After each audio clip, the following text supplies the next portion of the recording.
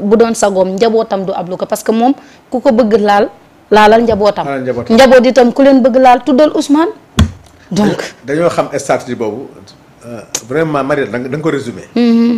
xam nañ ne Ousmane ni mu mel si njabootam. billaay. te ñoom xam nañu ne ku laal njabootam mu jóg. xale yi aussi xam nañ ne ku laal Ousmane amuñu si sago. tu as beau leur dire non bàyyi leen mais mënuñu ko accepter. di gis nga na ku nekk rek teg sa waajur place Ousmane Sonko baa nga teg sa sëriñ place Ousmane Sonko. te ngay xam de muñ d'accord naa de mais muñ mu ngi commencé ci ñu mettre fin à la récréation. parce que ñi di wax naan nañu teg ay actes mais yow gouvernement boo xam ne dans tous les secteurs d'activité mu ngi def ay résultats. tey acte bi gën a fort doy na ci mandat muy alalu réew mi. kenn dootu ko ñeme laalati. tey boo gisee tey ci li lay génne ci giraawaale ci ay milliards de francs tey loolu rek doy na mandat dina tax ëllëg si biir ku fi ñëwati du sax ëllëg si biir ñi fi nekk. ne kon lii buñ ko ñun ëllëg si biir ñun ñooy toog place su ñii.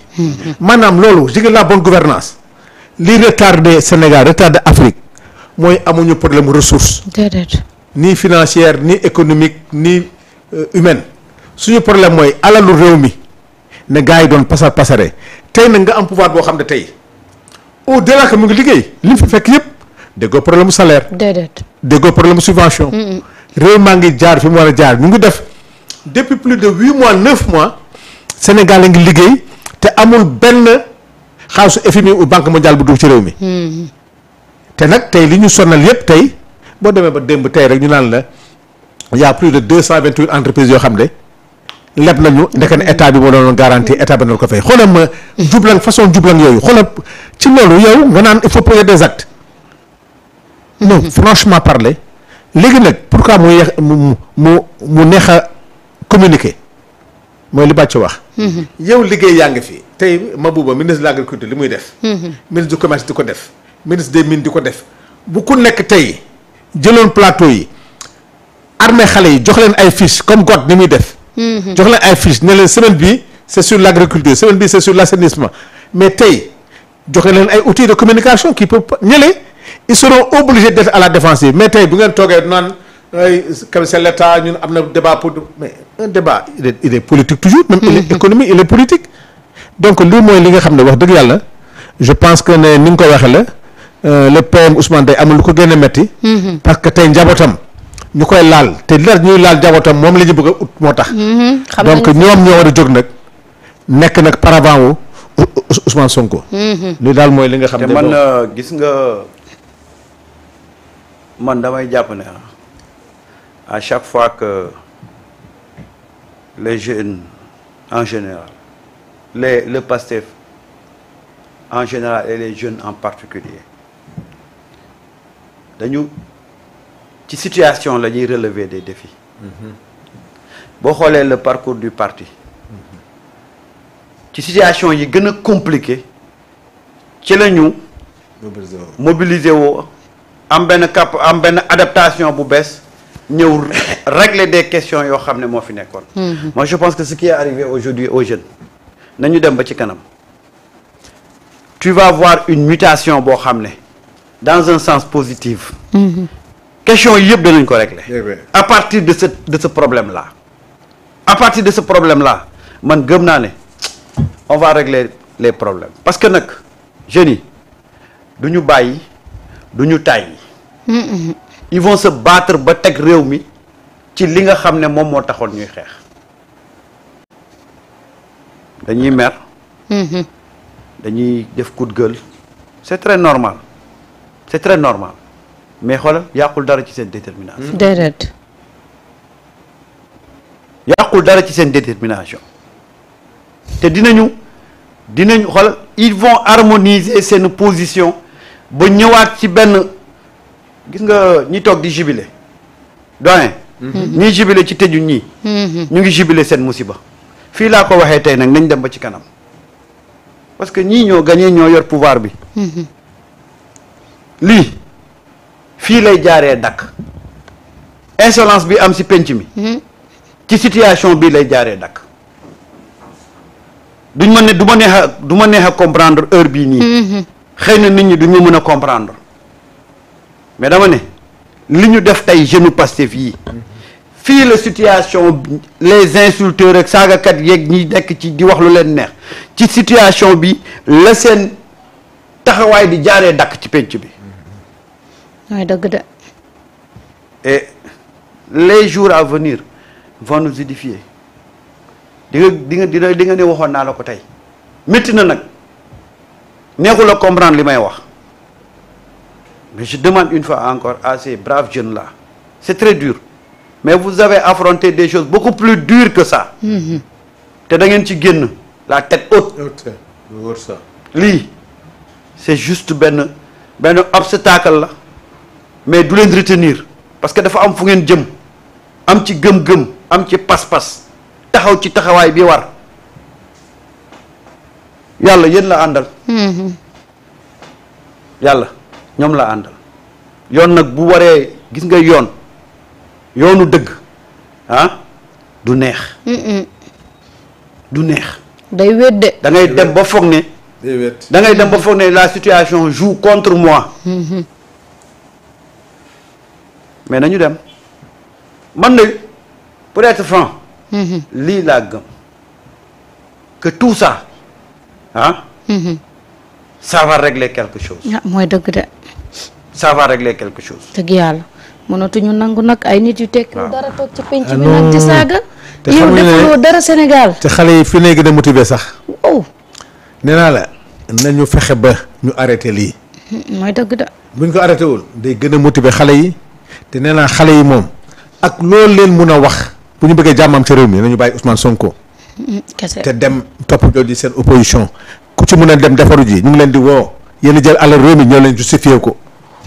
loolu moom ku mun a justifié alal ji nga yor suuf si nga jël di nga am problème.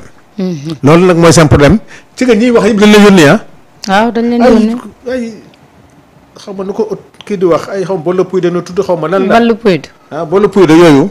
c'est que ngay ñëw di saaga kilifa boo xam ne wóor na la mais nag am na loo xam ne c'est au niveau de l'Assemblée qu'il faut changer la loi. mais c'est ça en réalité c'est ça de.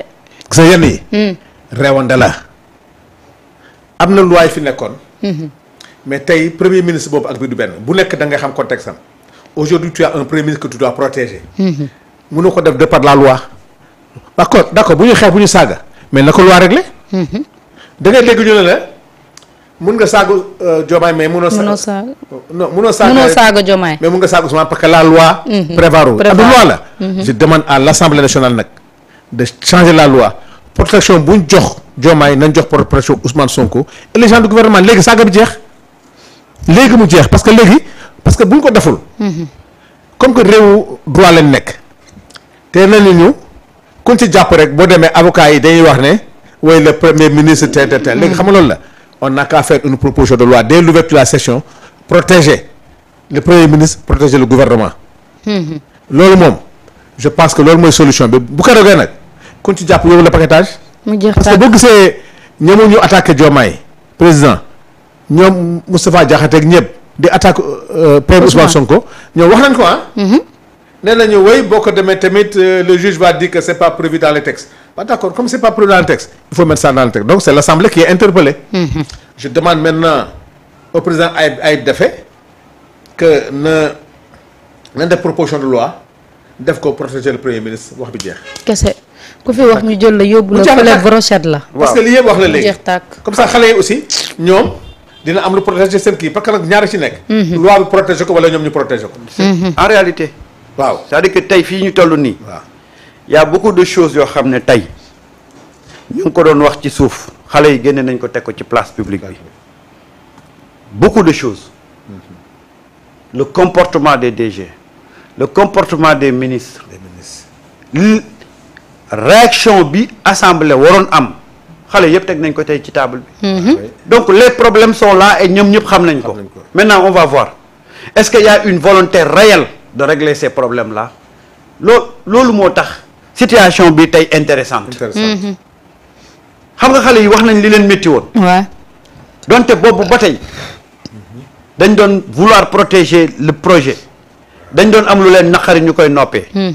tey toog nañ teg lépp ci table bi ñëpp xam nañ tey problème yi nga xam ne moom moo andi situation bi dañ koy régler wala ñu bañ koo régler après ku nekk xool nooy def mais gis nga man les gens disent que je suis optimiste mais moi j'ai toutes les raisons d'être optimiste. Inch'Allah. ba xam lu tax. man benn boussole laa am benn boussole tant que boussole boobu mu ngi tourner damay jàpp ne les choses vont changer muy Ousmane Sonko. dama ko waxaat ko rappeler ko. Ousmane n'est pas dans la compromission.